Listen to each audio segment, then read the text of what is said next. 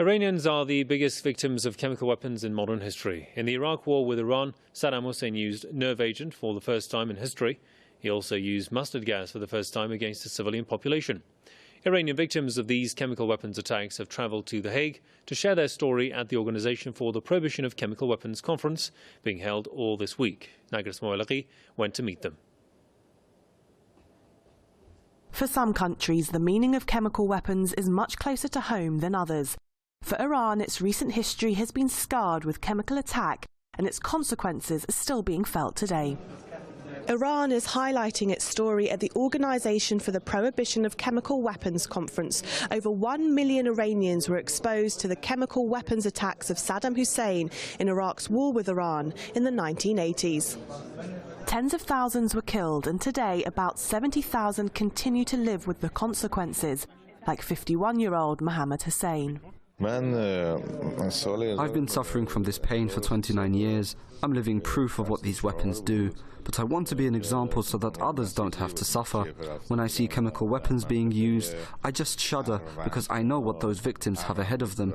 It's what I've been through for 29 years. Or 47-year-old Hamid Salehi. 3/4 of my body is covered with blisters. I'm losing my sight. I'm the living evidence to be able to come here and say, I've been sacrificed, but don't use these weapons on anyone else. Shabnam was just a child when her aunt's house was attacked while they were eating. The reality is I have lots of problems. I may look okay, but I'm very ill. Every second, with every breath that I struggle to take, what happened never leaves me. I've come here to say that no child should have to go through what I went through. These victims met with delegates at the conference. Those like the mayor of Halabja knew their plight better than others. He told Press TV of the shared plight of Iranians and Iraqi Kurds attacked by Saddam Hussein. Iranian NGOs here said that many victims are coming under a new type of pressure today.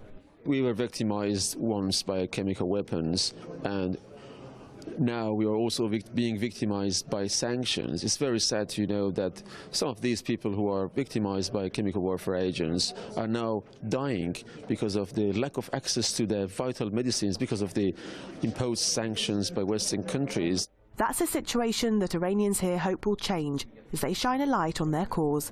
Nagras Moalaki, Press TV, The Hague.